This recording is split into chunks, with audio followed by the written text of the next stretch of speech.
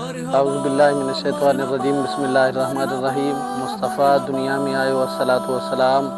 मुस्तफ़ा दुनिया में आयो अस्सलातु वस्सलाम। नूर आलम में समायो अस्सलातु वस्सलाम। जीअं त तमाम आलम इस्लाम में रहंदड़ तमाम मुसलमान आशिकान मुस्तफ़ा सल्लल्लाहु अलैहि वसल्लम के ईद मिलादुन नबी सल्लल्लाहु अलैहि वसल्लम जूं तमाम घणियूं मुबारकूं हुजनि। ऐं अव्हांखे ख़बर आहे 12 रबीउल अव्वल शरीफ़ जे हवाले सां हर साल वांगुरु हिन साल भी आमद मुस्तफ़ा सल्लल्लाहु अलैहि वसल्लम जे हवाले सां तमामु हिकु ख़ूबसूरत ऐं बहितरीन गुलदस्तो आमद मुस्तफ़ा जो नाज़ शरीफ़नि जो अची रहियो आहे। आमद जे हवाले सां कलाम आहिनि, नातूं आहिनि, उहे ज़रूरु समात कंदा।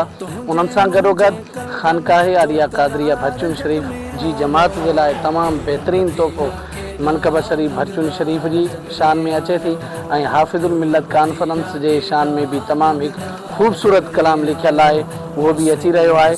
सो तमामु दोस्तनि खे अर्ज़ु इहो ई आहे त तमामु महिनत करे, तमामु कोशिशूं करे हीअ अव्हां जे लाइ ख़ूबसूरत गुलदस्ता तयारु थी करे अव्हां दोस्तनि जे साम्हूं पेश थींदा आहिनि।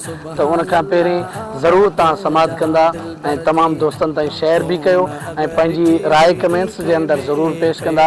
अल्लाह तबारक व तआला अव्हां तमामु अहबाब खे दुनिया ऐं आख़िरत जूं भलायूं नसीब फरमाए ऐं ज़्यादा खां ज़्यादा शेयर कयो। लिंक तव्हांखे नज़र अची रही हूंदी यूट्यूब जी, मोहम्मद कासिम रज़ा क़ादरी यूट्यूब चैनल आहे, उनखे ज़रूरु सब्सक्राइब कयो ऐं पंहिंजी ख़ासि दुआनि में मूंखे यादि रखंदा, पंहिंजो घणो खां घणो ख़्यालु रखंदा। अस्सलामु अलैकुम वरहमतुल्लाहि वबरकातुहू।